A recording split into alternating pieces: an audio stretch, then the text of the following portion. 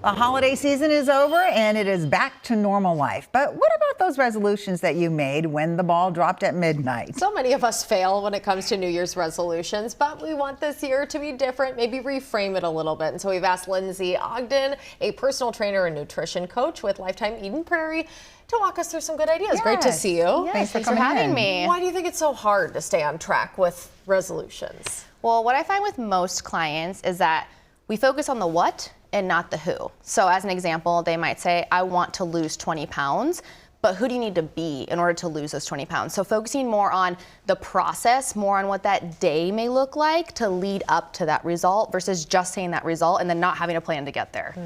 Well, we know so many people are looking to get healthy this year. I think every year people, that is their resolution. This is the right? year for sure, yes. So how do we go about setting achievable goals? Do you start small? I mean, what do you do? Yeah, so I think if we're looking over a year, being realistic with what could be attainable with over these next 300 some days that we have left.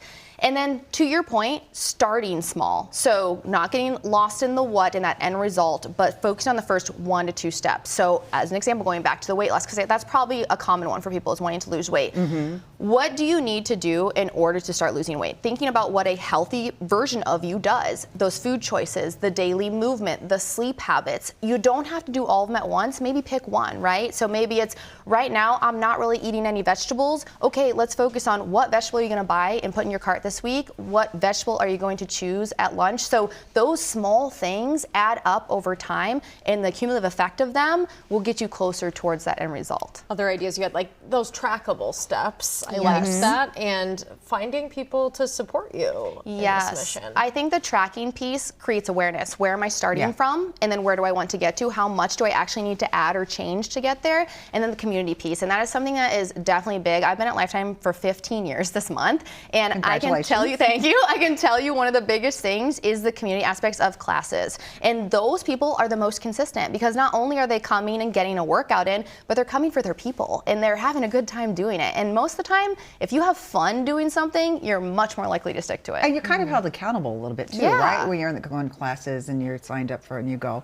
And you know, gyms are so packed this time of year. I mean, it's really busy for the first couple months of the year. What do you say to people who are trying maybe the gym for the very first time and might feel a little intimidated about going to a gym? Well, keep in mind, everyone started at some point, right? So everyone had a day one. And I would say don't be scared to ask things. I think a lot of people, whether it's, oh, this is a gym goer and they know all the things, or this trainer's so busy, I can't ask them questions. We're here to help. That's why we got into this industry. Most people, again, can remember their day one. So don't be scared to ask. You have a place there as well. So don't feel like you're taking someone's treadmill or taking someone's space. You're not the only person, too, that is doing it the first time there. 100%. Let's reverse it a little bit for people who are like, I'm at the gym 5 days a week, like this is my domain, and now all these resolution people are coming in and crowding me. I literally had a girlfriend text me yesterday and she's like, I came to run and there's no treadmills open.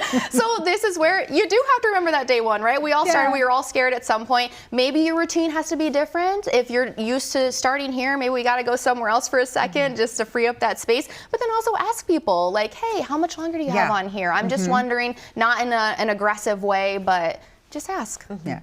I know you've been at Lifetime for 15 years. What if people want to learn a little bit more about Lifetime?